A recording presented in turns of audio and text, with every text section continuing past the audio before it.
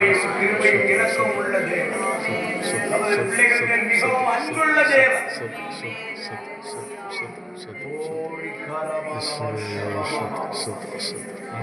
நம்மை விட்டு கொடுத்து நான் ஜெபிப்போம். ஒருமுகமாய் ஜெபிப்போம். பரலோகத்தில் இருந்து வரும் பிரசன்ன அந்த இடத்தை அப்படியே நிரப்பட்டும். ஹalleluya, ஹalleluya, ஹalleluya.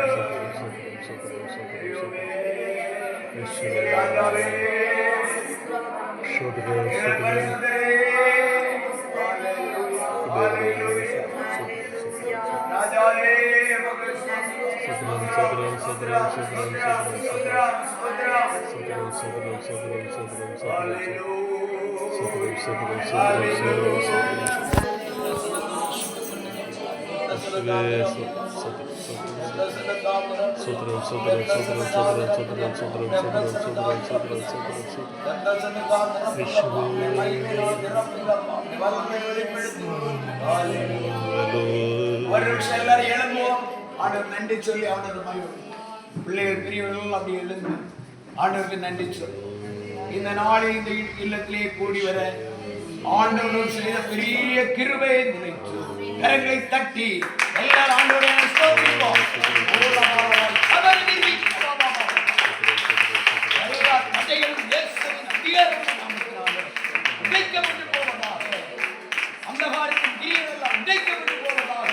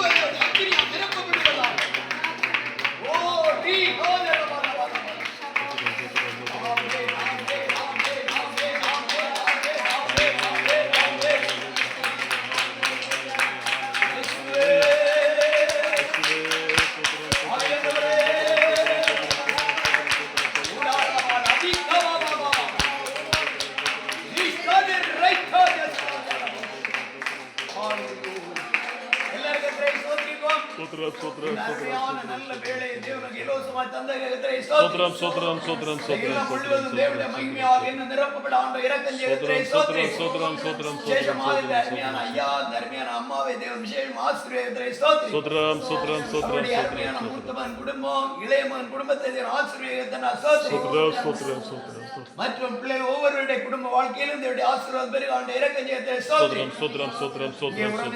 சபையாராக நாம் ஒருமித்து வந்திருக்கிறோம். நாம் ஒவ்வொரு மேல் ஒரு புதிய அபிஷேகம், ஒரு புதிய தேவ கிருபை அளவில்லாமல் ஊற்றப்பட்ட கரங்களை தட்டி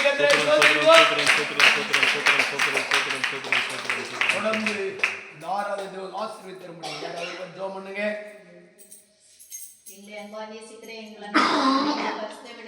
நன்றியோடு துதிக்கிறோம். நல்ல வாக்கியத்தை கர்த்தர் எங்கள் ஒவ்வொருவருக்கும் தந்தபடி நோக்கி பார்ப்போம். கர்த்தர் செய்த கிருபைகளுக்காக பாதுகாத்துக் கொண்டீங்களே. அதே விதமாக இந்த வீட்டை சுற்றி ஆண்டவரே, இந்த வீட்டுக்கு உண்டான எல்லாவற்றையும் சுற்றி கர்த்தர் வேக அடைக்க வேண்டுமாய் ஜெபிக்கிறோம். அப்பா, இந்த இடத்துக்கு நாங்கள் கூடி வரவும் உம்மை ஆராதிக்கவும் கர்த்தர் செய்த கிருபைகளுக்காக நன்றி ஆண்டவரே. இந்த வீட்டின் ஆண்டவரே தலைவருக்காக ஜெபிக்கிறோம். அப்பா, உதவேன், தாங்குவேன், சுமப்பேன், பாதுகாப்பேன் என்று சொன்னீரே அப்பா. அவ்விதமாய் கர்த்தர் ஆண்டவரே இந்த பலவீன நாட்களிலும் கர்த்தர் என்னுடைய மகனுக்கு நல்ல சுகத்தையும் பலத்தையும் ஆரோக்கியத்தையும் கொடுத்து அப்பா நீர் பாதுகாத்து வருகிற தயவை நினைத்து கொடுக்கப்பட்ட நாட்களிலே அவர்கள் ஆண்டவரே உமக்கு பிரியமானவர்களாய் ஆண்டவரை காணப்பட கர்த்தர் கிருபை செய்வீராக. வசனத்தின்படி ஏழை மகனை கர்த்தர் தேற்றுவீராக.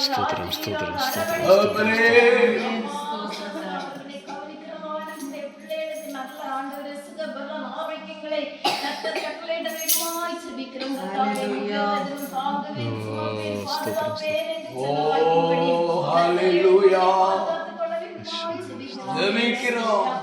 தேவனே கிருபை கிருபை கிருபை கிருபை கர்த்தராமே ஆண்டவரே பாதுகாத்து யேசுவே ஆண்டவரே கவனிக்கும் இளையத்தை கர்த்தருடைய கரம் ஏழை மகளோடு பாதுகாத்து ஜெபிக்கிறோம் கர்த்தாவே கொடுத்ததான பிள்ளைகள் ஒவ்வொருவருக்காக ஜெபிக்கிறோம் ஆண்டவரே. அப்பா ஒவ்வொருடைய குடும்ப வாழ்க்கையிலும் கர்த்தர் விதவிதமான ஆசீர்வாதங்களால் கர்த்தர் அலங்கரிக்க வேண்டுமாய் ஜெபிக்கிறோம். ஸ்தோத்திரம் ஸ்தோத்திரம்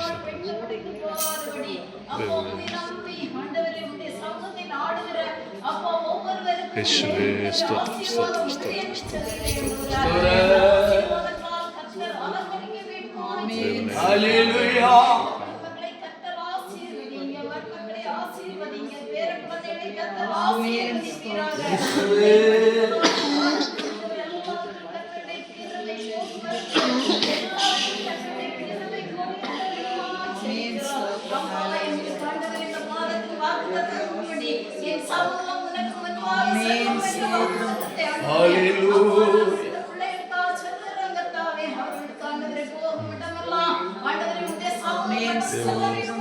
ஜெபிக்கிறோம்.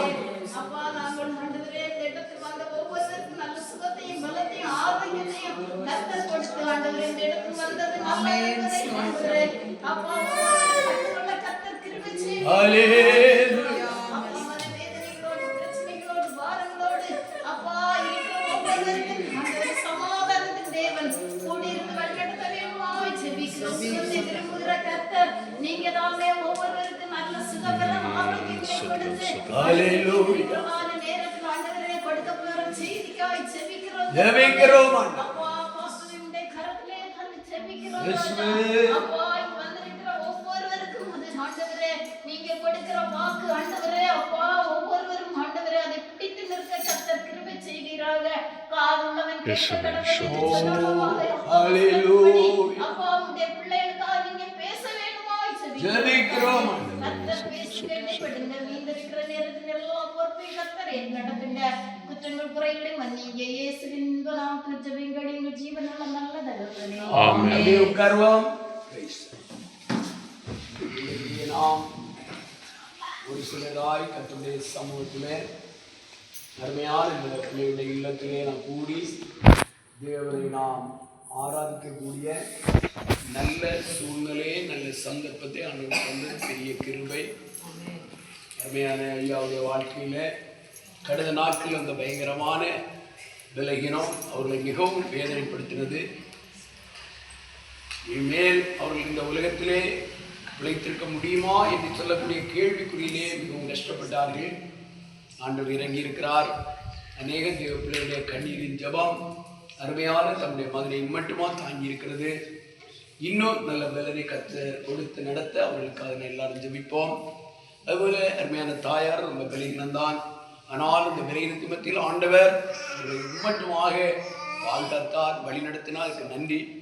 அவர்களுக்கு தேவன் கொடுத்த அருமையான 5 பிள்ளைகள், மருமக்கள், பேரப்பிள்ளைகள் யாவரையும் கர்த்தர் விசேஷமாக ஆசீர்வதிப்பாராக. அல்லேலூயா. அல்லேலூயா. இருக்கிறதிலே இன்னும் அவர்களுடைய உறவினர்கள் சபையின் மக்களாக நாம் வந்திருக்கிறோம். நாம் இந்த இடத்தில் வந்தது நமக்கு நன்மையாக பிரயோஜனமாக இருப்பதாக தேவ ஜனம் ஒன்று சேர்ந்து தேவனை ஆராதிக்கும் போது தேவன் தம்முடைய பிள்ளைகள் மத்தியிலே மிகவும் சந்தோஷப்படுகிற தேவன், மிகவும் அவர்களோடு கூடவே அவர் உலாவிக் கொண்டிருக்கிற தேவன். வேதத்தில் நிறைய காரியங்களை நாம் வாசிக்க முடியும், தியானிக்க முடியும். இன்றைக்கு சிந்தனைக்காக 91 சங்கீதத்தை எடுத்துக்கொள்வோம்.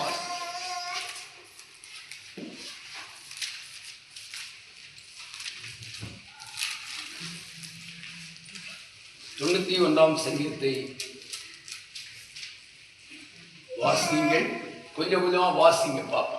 உன்னதமானவரின் மறைவில் இருக்கிறவன் சர்வ வல்லவருடைய நிழலில் தங்குவான். நான் கர்த்தரை நோக்கி, நீரன் அடைக்கலம், என் கோட்டை, என் தேவன், நான் நம்பி இருக்கிறவர் என்று சொல்லுவேன். அவர் உன்னை வேடனுடைய கண்ணிக்கும் பாழாக்கும் கொள்ளை நோக்கும் தப்புவிப்பார். அவர் தமது சிறகுகளாலே உன்னை மூடுவார்.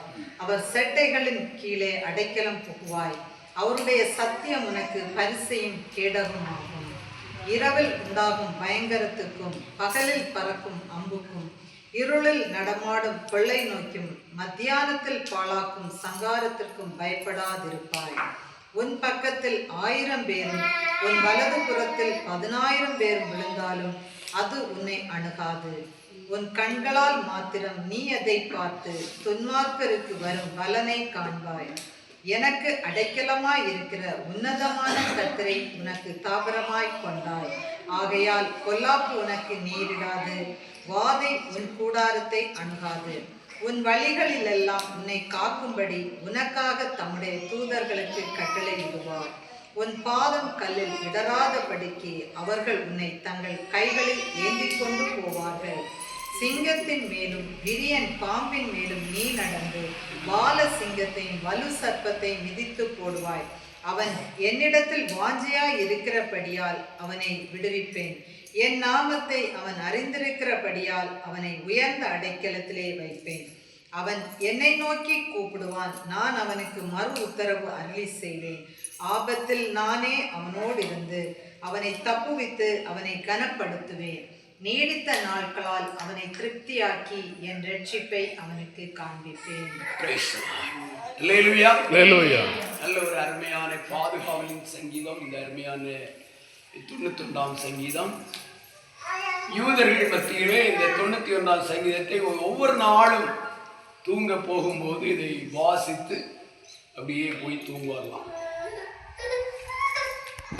நிறைய குடும்பங்களே இந்த அருமையான இந்த பாதுகாவலின் சங்கீதமாகிய 91ஆம் சங்கீதத்தின் மேலே ஒரு விசேஷமான நம்பிக்கை வைத்து மக்கள் இதை அதிகமாக வாசிக்கிறதும் தியானிக்கிறதும் சிந்திக்கிறதும் அது இருக்கிற வேத வசனத்தின்படி வாழ்க்கையிலே எல்லாம் இங்கே கவனிங்க. தேவன் அற்புதமான காரியங்களை செய்கிற காரியங்களை குறித்து அவர்கள் ஆண்டவரை துதிக்கிறார்கள். இந்த வேத வசனத்தின்படி வாழ்க்கையில் இவ்வளவு நன்மைகளை சுதந்திரிக்கிறார்.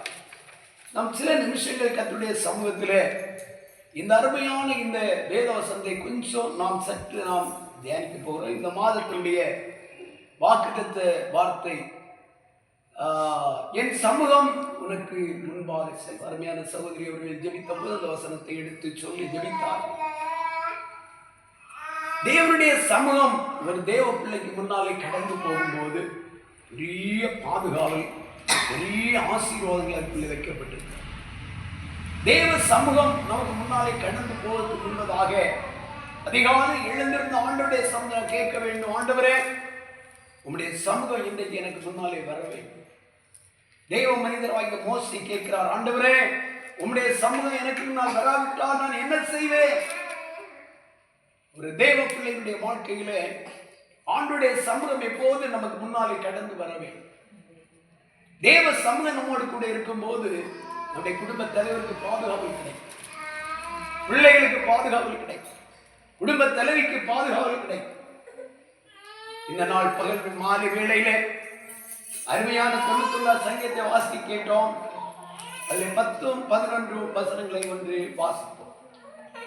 ஆகையால் பொல்லாப்பு உனக்கு நேரிடாது. அது மேல் வசனம் ஒன்று வாசிங்க. எனக்கு அடைக்கலமாய் இருக்கிற உன்னதமான கர்த்தரை உனக்கு தாபரமாக கொண்டாய். ஆகையால் பொல்லாப்பு உனக்கு நேரிடாது, வாதை உன் கூடாரத்தை அணுகாது. இந்த அருமையான வீடு ஆண்டவரால் அருமையான தமது பிள்ளைகளை கற்றுக் கொடுத்த வீடு. எவ்வளவோ நாட்களுடைய ஜெபம் இதில் நடந்தது. ஆமென். அல்லேலூயா. ஜெபத்தினாலே இந்த வீடை ஆண்டவர் ஆசீர்வதித்து தந்தார். அல்லேலூயா. என்னுடைய ஃபவுண்டேஷன் போர்டு முன்பா பழைய வீட்டில் எவ்வளவு ஜெபம் நடந்தது. ஃபவுண்டேஷன்லே அதிகமா இங்க வரும்போதெல்லாம் அந்த ஐயா அங்கே கூட்டிட்டு வந்துருவாங்க, இதுல ஜெபம் பண்ணணும். அவங்க அந்த வீட்டில் இருந்தாங்க, இதுல ஜெபம் பண்ணிட்டு போங்க, இதுல வந்து ஜெபம் பண்ணணும். இதிலே முடிந்த பிற்பாடு கூட எப்பொழுது அதிகமா ஜெபம் இந்த வீடு தேவையா இருக்கிறது. தேவன் அதை ஜெபத்தினாலே நடத்தி கொண்டிருக்கிறார், அதை கட்டி எழுப்பிக் கொண்டிருக்கிறார். கர்த்தருக்கு ஸ்தோத்திரம். அருமையான ஒரு வீடு என்று சொல்லும் போது அந்த வீட்டிலே கர்த்தர் தங்கி தாபரிக்க வேண்டும். அந்த 9ஆம் வசனத்துல நாம் படிக்கும்போது திரும்ப அந்த வார்த்தையை வாசிங்க. உன்னதமான கர்த்தரை எனக்கு அடைக்கலமாய் இருக்கிற கர்த்தர். வாசிங்க. உன்னதமான கர்த்தரை உனக்கு தாபரமாக. நம்முடைய தேவன் உன்னதமான தேவன், ஒரு மகா பெரிய தேவன். அவரை போல ஒரு பெரிய தேவன் யாரும் இல்லை. ஒரு உன்னதத்திலே வாசமாயிருக்கிறார். அதான் அந்த சங்கீதத்தின் முதல் வசனம் சொல்லப்படுகிற உன்னதமானவரின் மறைவு. உன்னதமானவர் உன்னதத்திலிருந்து தம்முடைய ஜனத்துக்கு மறைவை கொடுக்கிறார். கரங்களை தட்டி கர்த்தரை மகிமைப்படுத்துவோமா? ஹல்லேலூயா, ஹல்லேலூயா, ஹல்லேலூயா. எந்த தெய்வத்தாலும் முடியாத, எந்த சக்தியினாலும் முடியாத ஒரு விசேஷமான மறைவிடத்தை தம்முடைய பிள்ளைகளுக்காக கர்த்தர் கொடுக்கிறார். யாருக்கு கொடுக்கிறார்? அவரை தாமிரமாக வைத்திருக்க அவருடைய பிள்ளைகள். தாமிரம் என்றால் ஒரு அடைக்கலம், பாதுகாப்பு. ஒரு அல்லேலூயா சொல்லுவோம். அது பெரிய ஒரு தாமிரத்தை ஆண்டவர் தந்திருக்கிறார். இது உலகத்தில் எந்த மனிதனுக்கு கிடைக்காத ஒரு பெரிய ஒரு அடைக்கலம். தாவீது சொல்லுகிறார் 46ஆம் சங்கீதம், தேவன் நமக்கு அடைக்கலமும் பலனும் ஆபத்து காலத்தில் அனுகூலமான நம்முடைய தேவன் எப்போ அடைக்கலமா இருக்கிறார்? ஆபத்து காலத்தில். ஐயாவுக்கு பயங்கரமான ஆபத்தான நேரம் வந்த போது வீட்டில் அவ்வளவு கண்ணீரின் ஜபம் நடந்தது. அநேக ஊழியக்காரர்களுடைய ஜபம், பிள்ளைகளுடைய ஜபம், மருமக்களுடைய ஜபம், அவர்களுடைய சகோதரிகள் பக்கத்தில் இங்க வருவாங்கன்னு பார்த்துட்டாங்கல்ல, அவர்களுடைய ஜபம், ஒவ்வொருடைய ஜபம். அருமையான தேவனுடைய பிள்ளைகளே, இந்த ஜபத்தை கர்த்தர் கேட்டார். 65ஆம் சங்கீதத்தில் சொல்லப்பட்டிருக்கிறது, ஜபத்தை கேட்கிறவரே மாம்சமான யாவரும் உம்மிடத்தில் வருவார்கள். ஒரு அல்லேலூயா சொல்லுங்க பாப்போம். அல்லேலூயா. நம்முடைய தேவன் நம்முடைய ஜபத்தை கேட்கிற தேவன். தேவ பிள்ளைகளுடைய ஜபத்தை எதிர்பார்த்து ஆண்டவர் ஆவலோடு இருக்கிறார். என் பிள்ளைகள் எப்போ ஜெபம் பண்ண மாட்டாங்களா? கொஞ்ச நேரம் என் பக்கத்தில் வந்திருந்து ஜெபிக்க மாட்டாங்களா? என் பிள்ளையுடைய சத்தத்தை கேட்கணுமே. காலையில் எழும்பினோடனே பிள்ளையுடைய சத்தம் கேட்க அருமையான தாய் எதிர்பார்த்திருக்கு. என் பிள்ளை எப்போ எழும்பும், என் பிள்ளைகள் கொஞ்சம் பேசும். அது போல நம்முடைய தேவன் ஒரு தாயை போட்டு அன்புள்ள தேவன். கரம் தட்டியான ஒரு தாய் தன் பிள்ளையை தேற்றுவது போல நான் உங்களை தேற்றுவேன். நீங்க எருசலேமிலே தேற்றப்படுவீர்கள். இந்த எருசலேம் தேவனுடைய சமூகம், அது அப்பத்தின் வீடு, அது தேவன் தங்கி இருக்கிற வாசஸ்தலம். ஒரு தாய் போல போய் தேற்றுகிறோம், நம்மை ஆற்றுகிறவர். யோ என்னை ஆற்ற தேற்ற யாரும் இல்லையே, நான் என்ன செய்வேன், என் வேதனை யாரிடம் சொல்லுவேன்? சில நாட்கள் அந்த தாய் அந்த வீட்டில் தனியாகவே இருந்தாங்க. ரொம்ப சங்கடமா இருக்கும். நான் வந்து பார்ப்பேன். ஐயா அப்போ ஹாஸ்பிட்டலில் இருந்தாங்க, அவங்களை போய் பார்க்கவும் முடியாது. நான் நினைப்பேன், ஐயோ இந்த தனிமையான ஒரு சூழ்நிலை. இப்போ ஆங்கிலம் உணர்வேன், ஆண்டோடைய பாதுகாப்பு, உன்னதமானுடைய மறைவு அருமையான தாய்க்கு கொண்டே சர்வ வல்லமையுள்ள தேவனாய் உன்னதமான தேவனை தனக்கு தாமிரமாக வைத்திருக்கிறார். ஆகையால் பொல்லாப்பு நேரிடுவதில்லை. பாதை நம்முடைய வீட்டை அணுகாது. வீடை சுற்றிலுமா ஒரு பெரிய வேலி இருக்கு. யோபையும் யோபுடைய சுற்றி ஒரு வேலி இருக்கு. அந்த வேலி இருந்தபடினால யோபை ஒரு சக்தியை மேற்கொள்ள முடியும். இங்க இருக்கிற தேவ பிள்ளைகளாக உங்கள் ஒவ்வொருவரையும் சுற்றிலும், உங்கள் பிள்ளைகளை சுற்றிலும், புருஷனை சுற்றிலும், உங்கள் வீட்டை சுற்றிலும் ஒரு பெரிய வேலியை கத்த தந்திருக்கிறார். எல்லாரும் கறந்துட்டு ஆண்டவர் மையப்படுத்தணும். என்ன ஏதோ ஒன்று யோசிக்க கூடாது. என்ன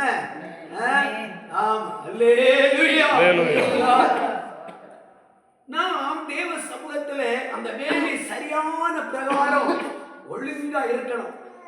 அதுக்காக யோபு என்ன செய்வாரா?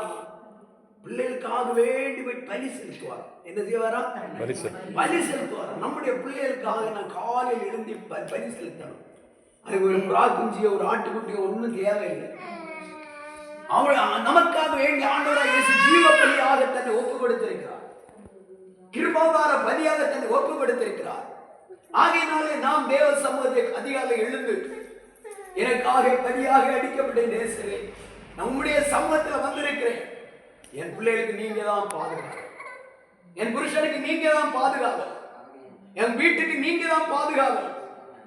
ஒரு சக்தி என் குடும்பத்துக்குள்ள என் காப்பீட்டுக்குள்ள வரக்கூடாது. எல்லாம் மகிமையாக நிரம்பி இருக்கட்டும். இந்த நாளில் நம் தேவ சமூகத்தில் வந்திருக்கிறோம் என்றால் முதலாவது நம்ம வீட்டுக்கு தேவை உன்னதமானுடைய மறை. அந்த உன்னதமானுடைய மறைவு இருக்கும் போது அந்த வேத வசனத்தில் 14ஆம் வசனத்தில் படிக்கிறோம். அவன் என்னிடத்தில் வாஞ்சியா இருக்கிறபடியா பாருங்க, ஒரு வீட்டை பொறுத்த அளவில் ஒரு தேவ பிள்ளை தேவன் மேல் உள்ள வாஞ்சியோடு தாகத்தோடு இருந்தா ராத்திரி உள்ள குடும்ப ஜெபத்தை விட மாட்டாங்க. காலையில் உள்ள குடும்ப ஜெபத்தை விட மாட்டாங்க. பிள்ளைகளோடு சேர்ந்திருந்து அப்படி ஜெபம் நடக்கும். அப்படிதான் நடக்குது ஜோய்ஸ.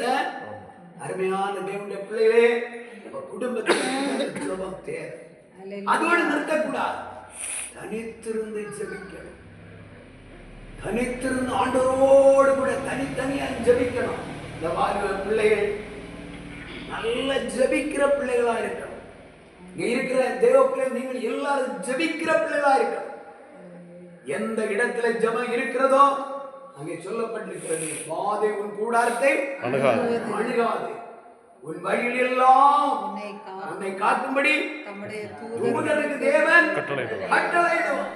பேதுரு சிறைச்சாலையில் கொண்டிருந்த போது தேவன் தூதனுக்கு கட்டளையிட்டார், என் மகனை நீ விடுவித்து வெளியே கொண்டு வா. பரலோகத்தின் கட்டளை வருகிறது. நம்முடைய பிள்ளைகள் எந்த சூழ்நிலை எந்த நிலையில் இருந்தால் கர்த்தர் கட்டளையிடுவார். கர்த்தருடைய கட்டளை வெளிப்படும். தூதர்களை இசைக்கியா ராஜா வேதனையோடு இருக்கிறார். ஐயோ, நான் என்ன செய்வேன்? பெரிய இந்த ராணுவம் எனக்கு எதிராக வந்திருக்கு, நானும் என்னுடைய ஜனமும் தொலைந்து விடுவோமோ என்று பதறி தேவனுடைய ஆலயத்திற்கு அமர்ந்திருந்து கண்டிவிட்டார். ஜெபிக்க ஆரம்பித்தார். ஆலயத்துக்கு போயிருந்து ஜெபித்து முடித்து மறுநாள் காலையிலே அவருக்கு ஒரு சிந்தை, இந்த சத்துருடைய நிலை என்ன ஆச்சு என்று வெளியே வந்து பார்க்கும்போது அன்று ராத்திரியிலே தேவன் கட்டளையிட்டார். சுதாஸ் அவருக்கு புரியுதில்ல? எல்லாம் கவனிச்சு என்ன கட்டளையிட்டா சொல்லுங்க பாப்பா. தெரிஞ்சோம். தூதர்களுக்கு தேவன் கட்டளையிட்டார். யாருக்கு கட்டளையிட்டார்? தூதர்களுக்கு கட்டளையிட்டார்.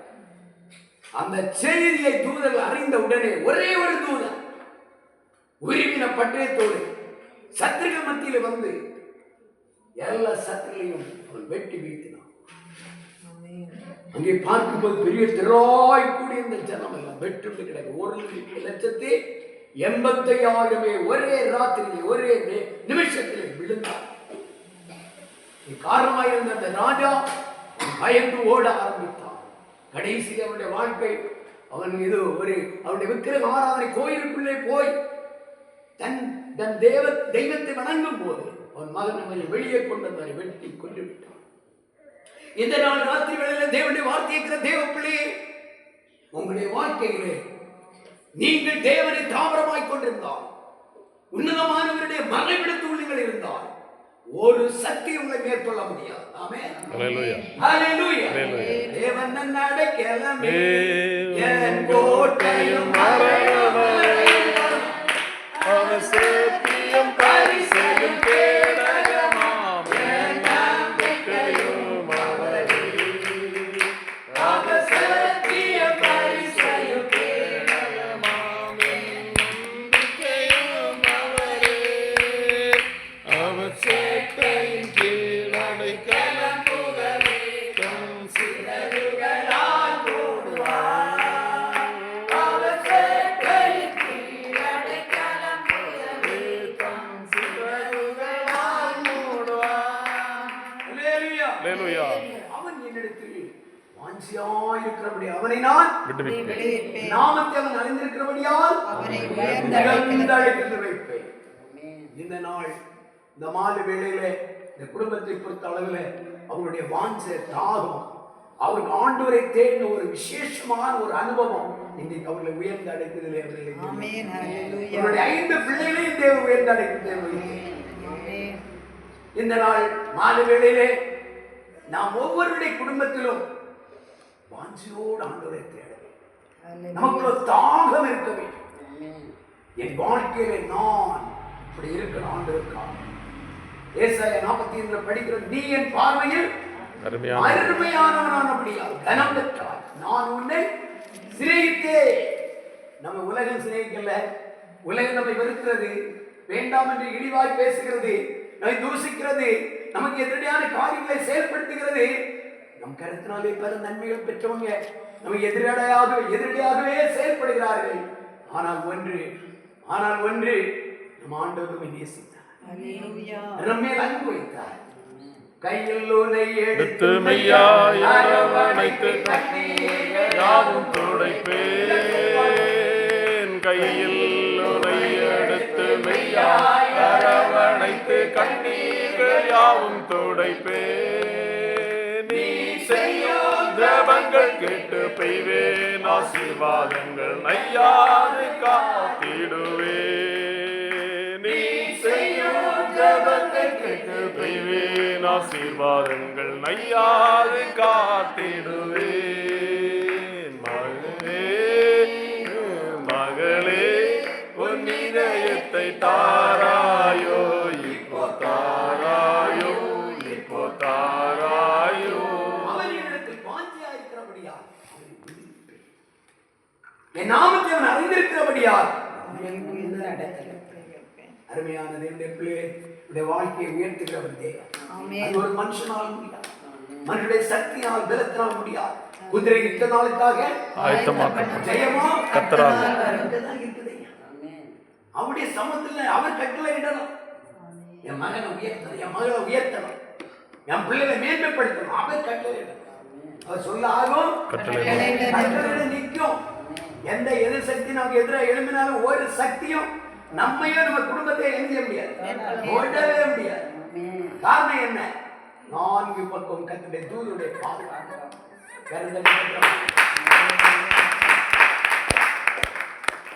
தேவனுடைய பாதுகாப்பு நம்மை சுற்றி இருக்கும் போது ஒரு சத்ரு மேல் ஜெயம் எடுக்கவே முடியாது. ஒரு தடவை ஒரு குடும்பம் பக்கத்தில் எளிமையான ஒரு குடும்பத்தை பொறாமை கொண்டு எவ்வளவோ பிரயாசப்பட்டு அந்த குடும்பத்தை அழிக்க முயற்சித்தார். பொய்யான கேஸ்களை போட்டார்.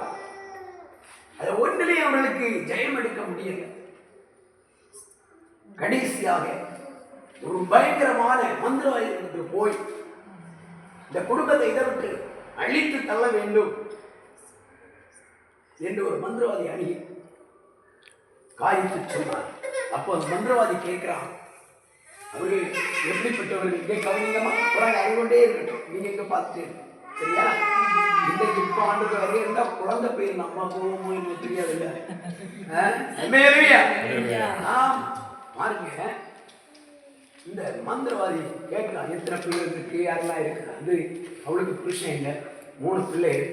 அப்படி நல்ல சந்தோஷமா இருக்கிறாங்க. நான் எப்படியாவது அந்த இடத்தை விட்டு ஒதுக்கி அந்த இடத்தை எடுக்கணும். அது நான் எவ்வளோ பிரயாசப்பட்ட முடியல. இது அந்த காரியம் எவ்வளோ பணம் வேணாலும் கொடுக்கணும்.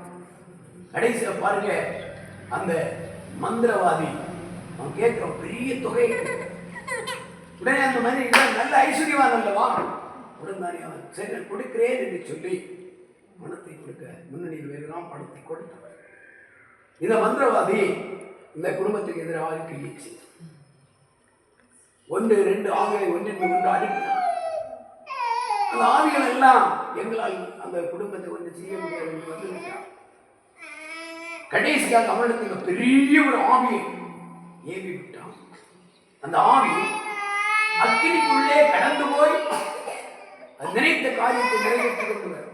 அப்படிப்பட்ட வன்மையான ஒரு ஆவி. இந்த கடைசியில் ஆவி அனுப்பின போது இது நேரங்களை பார்க்கிறது. அந்த வீடு மொத்தமா 4 பக்கம் சுற்றி அக்கினி எரிந்து கொண்டே இருக்கிறது. இந்த அக்கினி உள்ளே ஊடே கடந்ததால் போக முடியாது.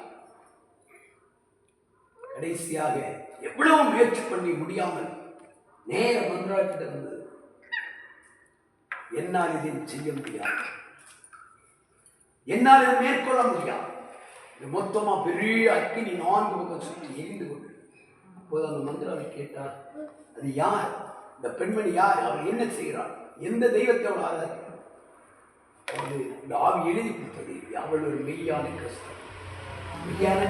கிறிஸ்தவன். ஒரு பொல்லாத ஆவியே மெய்யான கிறிஸ்தவன் எழுதினா பொய்யான கிறிஸ்தவன் இருக்கிறாங்க. கடைசியாக இந்த ஐஸ்வர்யமான அப்படி ஒரு தெய்வத்தை ஆராதிக்கிறோம். எப்பவும் ஜபம், எப்போ உபவாசம், 3 பிள்ளைகள் கண்ணீரின் ஜபம். சாதாரண கூலி வேலை செய்கிறவன், பிழைக்க முடியாது, பிழைக்கிறதுக்கு வருமானம் இல்லை. இவன் பெரிய ஐஸ்வர்யமா பயப்பட ஆரம்பித்தான். ஐயோ, இப்படி ஒரு தெய்வம் இருக்கிறதா? அந்த தெய்வம் எனக்கு வேண்டும். ரட்சிக்கப்பட ஆரம்பித்தான். தாய் செய்த பெரிய தவறு. நான் உங்கள் கூட ஆண்டவர் பேசுகிறேன். இன்றைக்கு அந்த குடும்பங்கள் ரட்சிக்கப்பட்ட ஆண்டவர்களை வந்து மேன்மையான ஊழிக்கு பயனாயிருக்கிறார்.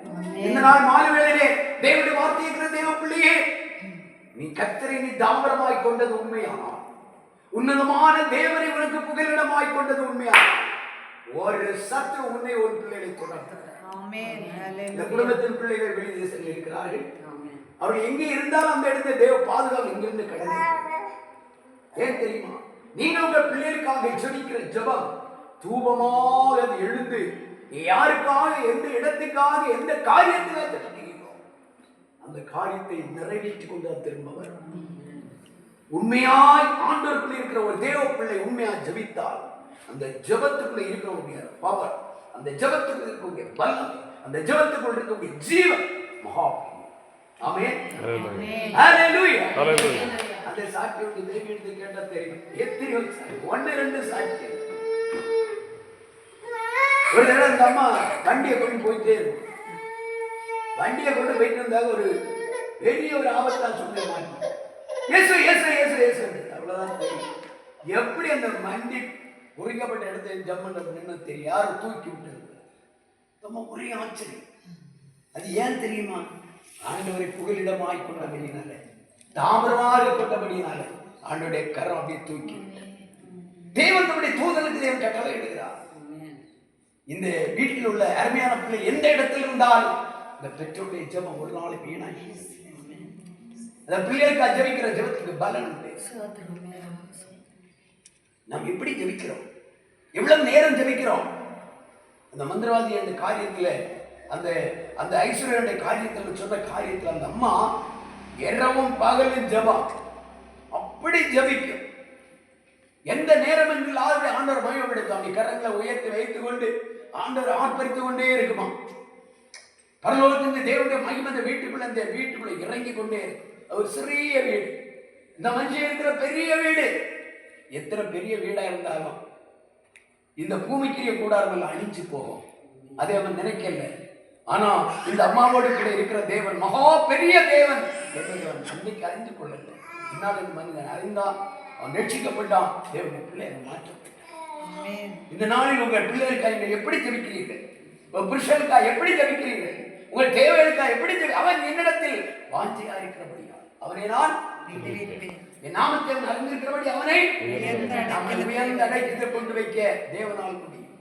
சாதாரணமான ஆடுகளை மேய்த்துக் கொண்டிருந்த சாதாரணமான ஆட்டிடையனாகிய தாவீதை ஆட்டுக்குள்ளிருந்து தேவன் கண்டெடுத்து தெரிந்தெடுத்து ஒரு உயர்ந்த ஸ்தானத்துக்குள்ள ராஜரீகங்களை தேவன் உயர்த்தினார் என்றால் தாவீதுக்குள்ள இருந்த தாழ்மை என்னது?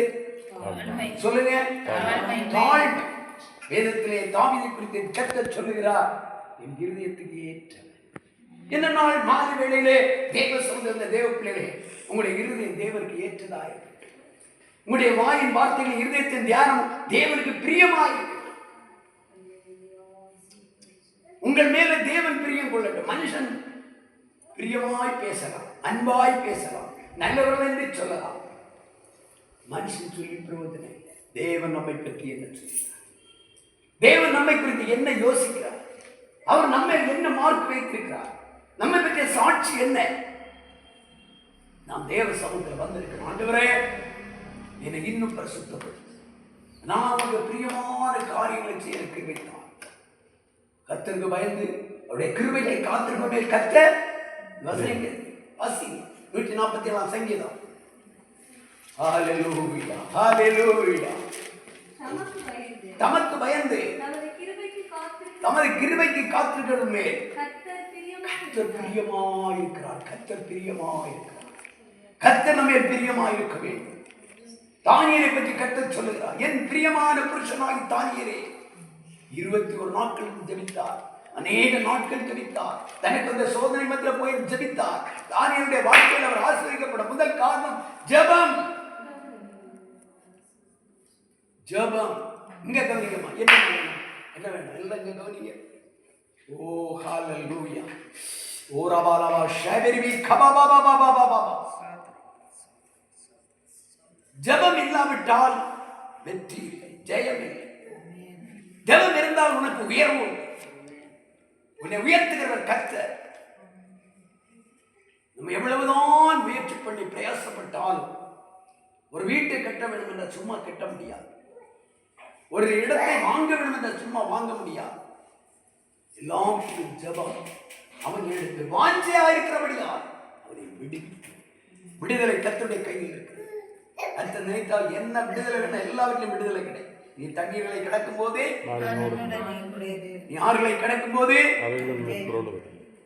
நீ அக்னி ஜோலை நடக்கும் போது, அக்னி ஜோலை உண்மை வாக்குத்தத்தங்கள். இஸ்ரவேல் ஜனத்துக்கு தேவன் கொடுத்த வாக்குத்தத்தம் முக்கியமான ஒரு வார்த்தை, என் சமூகம் உனக்கு முன்பாக நான் உனக்கு இளைப்பாறுதலை கொடுப்பேன். கரங்களை தட்டி தேவ சமூகம் மட்டும் நமக்கு முன்னாலே கடந்து போகும் என்றால் எப்போது ஒரு இளைப்பாறுதல் கிடைத்துக் கொண்டு இளைப்பாறுதல் என்ற சமாதானம். ஜோய்ச என்ன வசனம் எடுத்து? சங்கீதம் 147. இது பைபிள் எனக்கே கண்டுபிடிச்சு எல்லாம் இந்த நம்ம பழைய தாத்தா மாதிரி தச்சுவாங்க தெரியுமா? கொஞ்சம் இடத்துல போவாங்க, போனோம்னா அவங்களுக்கு ஒரு பல்லு தை கொண்டாடும். பல்லு தை போடணும், ஒரு கல்லறை இழுப்பாங்க. கல்லறை இழுத்துக்கிட்டு என்ன செய்வாங்க, அப்படியே மடி அவுப்பாங்க. மடி அவுத்து அங்கே ஒரு சின்ன பார்சல் இருக்கும், அதை எடுத்து என்ன செய்வாங்க, அதுலேருந்து ஆட்டுக்குள்ள ஒரு குழாய் இருக்கும். அந்த குழையை எடுத்து இன்னும் ஒரு அருமையான ஒரு அதுக்கு அது என்ன சொல்லுறது, சுண்ணாம்பு இல்லையா, அதை லேசாக தடை வச்சுக்கிட்டு வாயில் போட்டு கதக்கு விட்டுக்கிட்டு கொஞ்சம் நேரம் சமைச்சு இது ஊடு நடப்பாங்க. அதுக்கப்புறம் இதை என்ன செய்வாங்க, எல்லாம் மடைக்கு இன்னும் இங்கே வச்சுருவாங்க. அது மாதிரி நீ பைபிளை இப்படி வச்சிருந்தா அப்படி பைபிளை திறந்து வைக்கணும். அல்லேலூயா, அல்லேலூயா சொல்லுங்க. மட்டும் இல்லை, நம்ம எல்லாருக்கும் எனக்கும் தான் அல்லேலூயா. நாள் மாலை வேளையிலே இருள் வருகிற இந்த நேரத்திலே மண்ணுடைய பாத்தி வந்திருக்கிறோம். வேதத்தை நல்லாக நாம் கை கொள்ள வேண்டும், வேதத்தை நன்றா படிக்க வேண்டும். ஆமென். ஒன்றாவது சங்கீதத்தில் படிக்க துன்மார்க்குடைய ஆலோசனைகள் பாவியுடைய வழியில் உட்காரிடத்தில் கர்த்தருடைய வேதத்தில் இரவும் பகலும் அவருடைய வேதத்தில் அவருடைய வேதத்தில் தியானம்.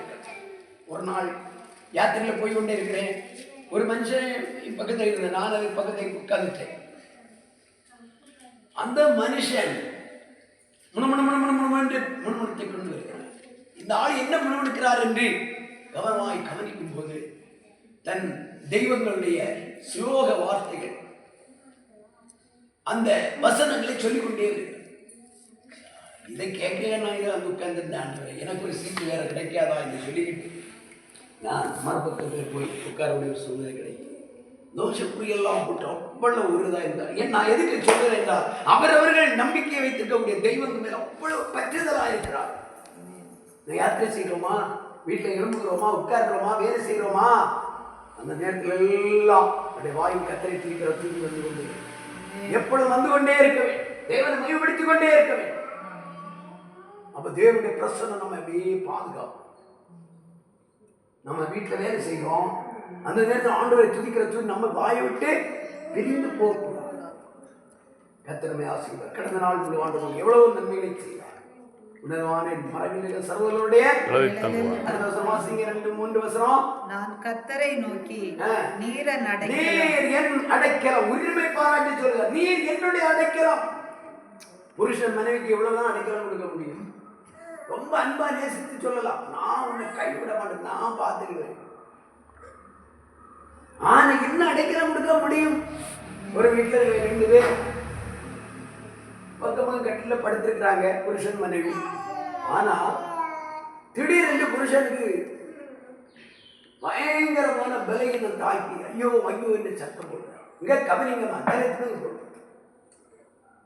அப்போ மனைவியை தட்டுகிறார். அவர் முடிஞ்சாலும் தட்டி கூப்பிடுறார். ஐயோ என்னால் முடியல முடியல முடியல. பார்த்தா அந்த அம்மா அதுக்கு மேல பலகீனாய், ஐயோ என்னால முடியலையே. 2 பேரும் ஒரே சத்தம். இப்படிதான் இருக்கு மனுஷன்.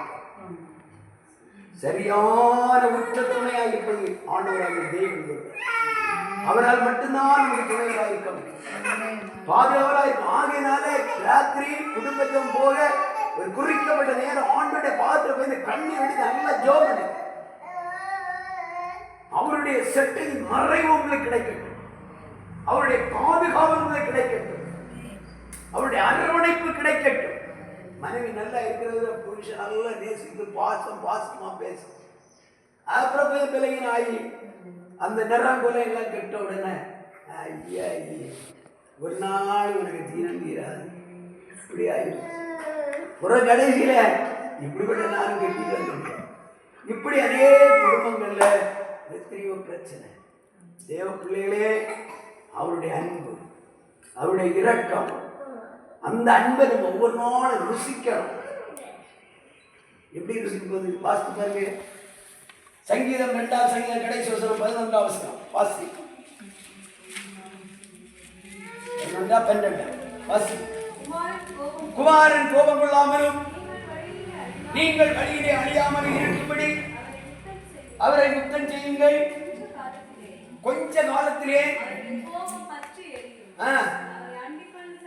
அவரை அண்டிக் கொள்கிற யாவரும் அவரை யுத்தம் செய்யணும். என்ன செய்யணும்?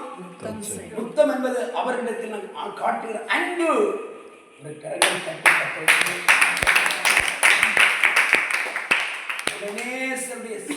அன்பு இவள் மிகுந்த அன்பு கூர்ந்தாள். அந்த ஒரு அன்பு நமக்குள்ள வெளிப்படும். காலையில் நல்லா தூங்கிட்டே இருக்கக்கூடாது. ஒரு வீட்டு ஒரு நாள் போற 7 மணிக்கு அப்போதான் என் சத்தம் கேட்டு வந்து கதை திறக்கிறேன். ஏம்மா இன்னைக்கு கொஞ்சம் தூங்கிட்டு ஜோம் பண்ண இல்லையா? அது எனிதான்.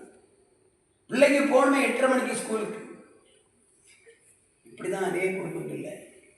அதிகாலையில் 5 மணிக்கு ஜபம் இல்லை. ஆண்டுடைய பாதத்தில் காத்திருந்து அவரை நேசிக்கிற இருதயங்கள் இல்லை. அவர்களை அன்பு கூறுகிற அன்புங்கள் இல்லை. எப்படி நம்ம ஆண்டவருடைய அன்பு இருக்கும்?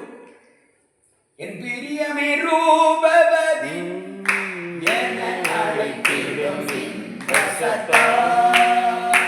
என் பிரியமே ரூபவதி என அழைத்திடும் கேட்டு அவர் பின்னே ஓடிடுவே, அவர் சமூகத்தில் மகிழ்ந்திடுவே.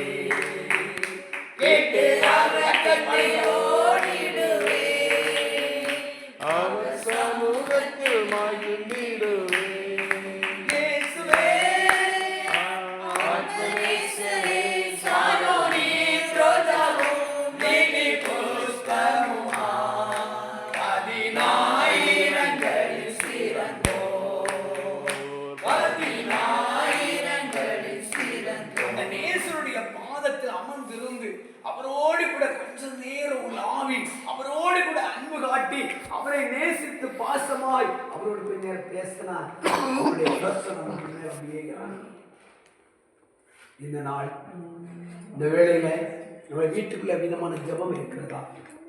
நம்முடைய வீடு விதமான நீதிமானுடைய வீட்டிலே ரட்சிப்பின் கம்பீர சத்தம், நம்ம வீட்டுக்குள்ள அந்த ரட்சிப்பின் சத்தம் துணிக்க காலையிலும் மாலையிலும் ஆடி பாடி தேவனை மையப்படுத்த தாவீது.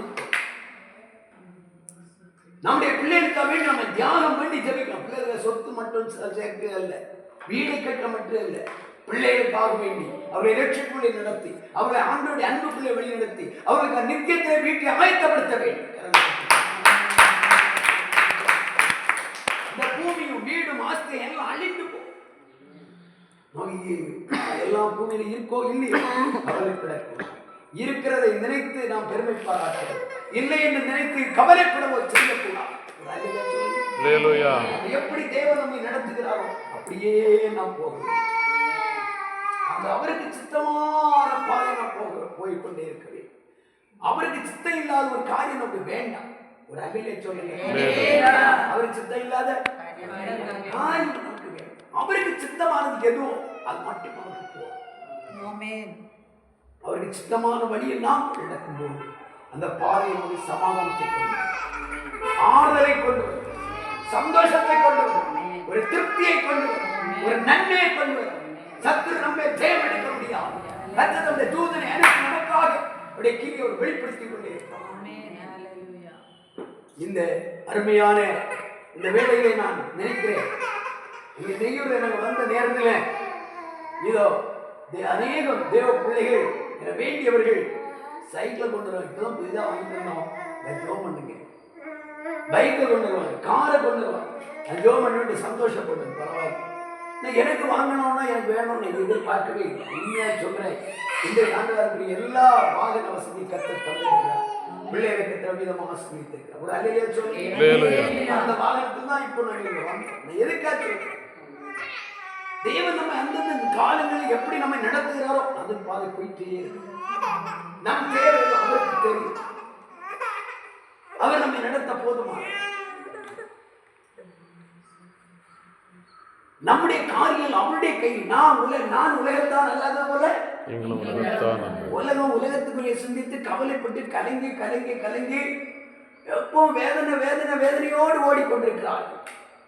ஆனா உலக மனுஷனுக்குள்ள நம்ம எப்போ கர்த்தருக்குள் சந்தோஷமா இருக்கு. அந்த இந்த வருஷம் கிடைத்த வாக்குத்தத்தம் போல 37 சங்கீதம் 4 வாசிங்க, 37 நாள் ஜோய்ஸ வாசிக்கல அந்த வாசிக்க சொல்ல ரொம்ப சங்கடம். ஹalleluya. அது இருக்க அந்த பேப்பர் இருக்கா? கர்த்தரிடத்தில் மனமகிழ்ச்சியாயிரு. கர்த்தரிடத்தில் மனமகிழ்ச்சியாயிரு. அவர் உன் இருதயத்தின்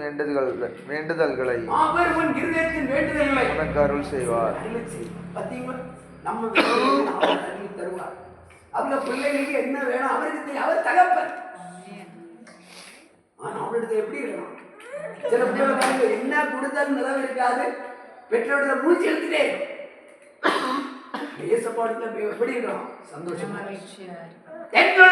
தேவன் பொங்கி வழியுதே, இயேசுவை ரட்சித்தான நாடி பாடுவே, எவரும் அறியாரே என் உள்ளம் பொங்குதே, என் உள்ளம் பொங்கி பொங்கி பொங்கி பொங்கி வழியுதே, என் உள்ளம் தேவன் பால் பொங்கி வழியுதே, இயேசுவை ரட்சித்தான நாடி பாடுவே, எவரும் அறியாரே என் உள்ளம் பொங்குதே, என் உள்ளம் பொங்கி பொங்கி பொங்கி பொங்கி பொங்கி வழியுதே. அல்லேலூயா. இந்த நாள் நாம் ஒரு நல்ல ஒரு தீர்மானத்தை எடுத்துக்கொள்வோம். எனக்கு அடைக்கலம் தேவன் தான், என் தாவரம் தேவன் தான். நான் கர்த்தருடைய போய் சந்தோஷம் காலை நிலவுவேன், ஆண்டவரை துதித்துக் கொண்டே இருப்பேன். இரவு நேரம் ஆகும், ஆண்டவர் மகிமைப்படுத்திக் கொண்டே இருப்பேன். நேரம் கிடைக்கிற போது எனக்கு நல்ல சென்னையில் ஒரு அருமையான சகோதரர் தெரியும். அவர் இப்போ இல்லை, தன்னுடைய தொழிலை முடிப்பால் எந்த நேரங்களில் அவர் வீட்டுக்குள்ள வந்து இருக்கும். தன் கையில் ஒரு சின்ன டபுள் அப்படியே போட்டுட்டு முழங்கால் கண்ணீரோடு நின்று எனக்கு ஆச்சரியமா இருக்கு. என்ன ஒரு இப்படி ஆண்மை இன்னைக்கு அந்த குடும்பத்தை ஆண்ட பெரிய ஆசீர்வாதம் வெளியேற்றாங்க. அந்த குடும்பத்தில் பிள்ளைகளை உயர்வாய் வைத்திருக்கிறார். நம்ம உயர்த்துகிறவர் தேவன், நம்மை ஆசீர்வதிக்கிற தேவன். நம்முடைய பிள்ளைகளுக்காக வேண்டி கண்ணீர் விட போது ஒரு நாள் வீணாய் போது இல்லை. இன்றைக்கு விடுகிற கண்ணீர் நாளைக்கு அது விதையாக இருக்கிறது. ஏற்ற முளைத்து பெரிய பலன் என்று கொண்டு வர கரத்தை தட்டி எல்லாரும் என்ன கேட்கிறாருமே அந்த ஒருபோது அவன் வாஞ்சியா இருக்கிறபடி அவனை நான் என் நாமத்தை அறிந்திருக்கிறபடியால் நம்ம ஏனோதானே நம்ம விடுகிற தேவனை ஜெபிக்கிற ஒவ்வொரு தேவ பிள்ளைகளுக்கும் அப்படி அதிசயத்தை செய்ய ஒரே ஒரு காரியத்தை நான் சொல்லி அப்படியே முடிக்க போனேன். கடந்த சில வருஷங்களுக்கு முன்பதாக ஒரு அருமையான ஒரு தேவ பக்தியுள்ள மனிதர் ஒரு குறிக்கப்பட்ட இடத்தில் இருந்து தன்னுடைய பணியை முடித்து விட்டு ஒரு காடு வழி அப்படியே அவர் கடந்து வருகிறார். அந்த காடு வழியை அவர் கடந்து வரும்போது தூரத்தில் இருந்து ஒரு கரடி ஏகோபித்து விரைந்து வருகிறது கண்டு கொண்டார்.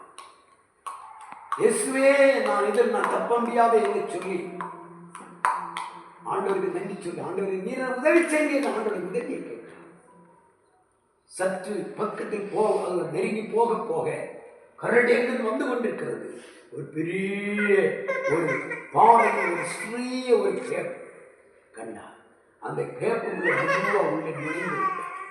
நுழைந்து உள்ளே உட்கார்ந்திருந்து அப்படியே அந்த கேப்புக்குள்ள போனால் உள்ளுக்கு நிறைய பெரிய இடமாக அப்படியே இருக்கும். அந்த இடத்துக்குள்ளே உட்கார்ந்திருந்து நன்றி சொல்லி கொண்டே இருந்தாங்க. உங்களுடைய பாதுகாவலை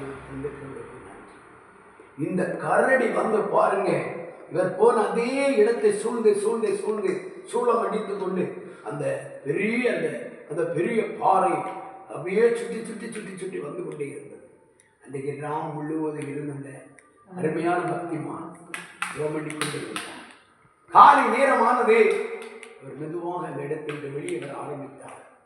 கல்வி ஒன்றுமே ஒரு பயம்லாம் நீங்கள் ஆண்டு வரப்போது அவர் சொன்னார், ராம் முழுவதும் என் மறைவிடத்துக்குள் என்னை வைத்திருக்கிறேன். உன்னதமான மறைவில் இருக்கிறவன் அந்த மறைவிடம் நமக்கு நம்முடைய பிள்ளைகளுக்கு உண்டு. நம்ம பிள்ளைகள் எந்த இடத்தில் இருந்தாலும் மறைவிடம் கர்த்தர் கொடுப்பார். இந்த வீட்டுக்கு இதுவரை இதனுடைய பாதுகாப்பு மறைவிடம் கிடைக்கும், இன்னும் கிடைக்கும். இன்னும் பிள்ளைகளை கர்த்தர் ஆசீர்வதிப்பார். இங்க வந்து நம்ம ஒவ்வொருவரையும் அமிதமாக தேவனுடைய ஆசீர்வாதத்தை எல்லாரும் தேவ சமூகத்திலே பங்காற்படி. ஆண்டவரே, இந்த மாலை வேளை நீ நன்றி தந்த இந்த வார்த்தைகளுக்காக நன்றி தெரிவித்து எனக்கு